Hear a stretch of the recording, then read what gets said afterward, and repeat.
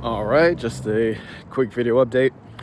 Today is March 23rd, 2026, and just want to give a update on life stuff, investing stuff, and where we sit with all that currently. So, as I mentioned in my prior video, I'm getting ready to move.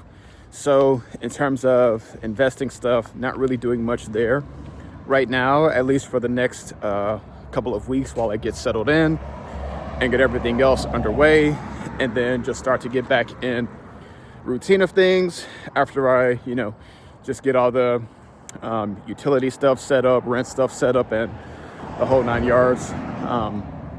But once we're back in the swing of things, we're getting right back to, the emergency fund, the high yield savings account, and then just sharing my thoughts on what's happening with the markets. And speaking of, while we're on that note, I just wanted to provide some quick thoughts there as we, start to get deeper into this whole Iran conflict and things of that nature. So, at least as of today, there's rumors about Iran and the U.S. potentially, kind of, starting to work on a, deal to stop the fighting and, ideally reopen the Strait of Hormuz. Now, who's ready to do what? We're not sure, right? But it is clear that, at least our government anyway, seems very much driven to start winding this stuff down, and for understandable reasons, given that high energy costs that persist over a long time eventually result in economic contraction because oil basically powers the world.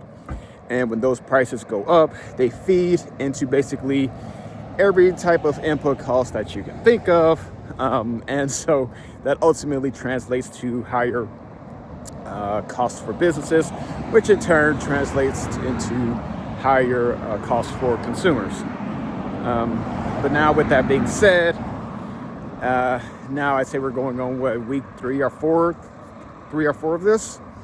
It's also becoming very clear that inflation is continuing to be stubborn, and also because of these higher oil prices, we will likely start to see higher numbers, within the PPI and CPI reports, from these oil shocks.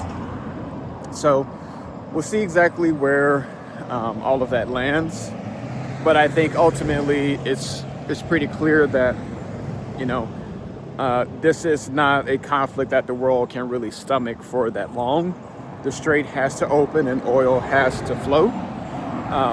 And so it will be interesting to see what comes out of this, because in my view, everyday consumers are feeling the pain currently, just from, the inflation where it currently is, right? But then also now with gas prices jumping as much as they are, right, a lot of that pain is going to get aggravated, even more so. And so, in my personal view, this is just something that can't go on that long. And so I won't be surprised if we're just pushed to, start finding some sort of resolution here. And aside from that, just see where things start to land, right? Hopefully gas prices start to come back down, and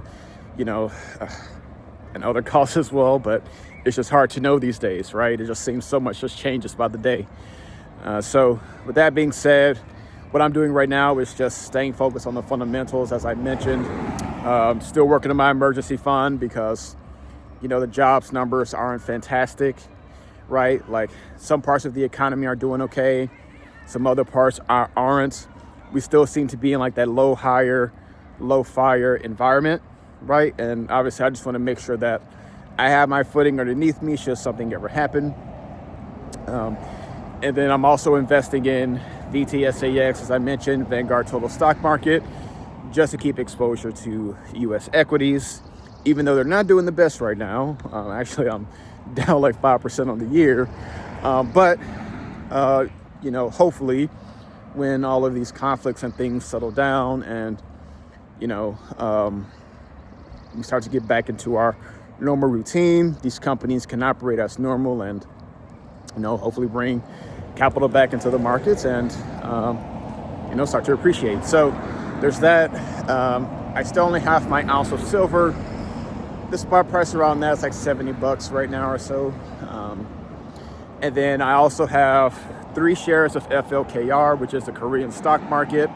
And I've opened up a small position there just to get some additional exposure to, semiconductors, high bandwidth memory, and all of those more physical items that AI depends on. And what else do I have? Oh yes, and I'm growing a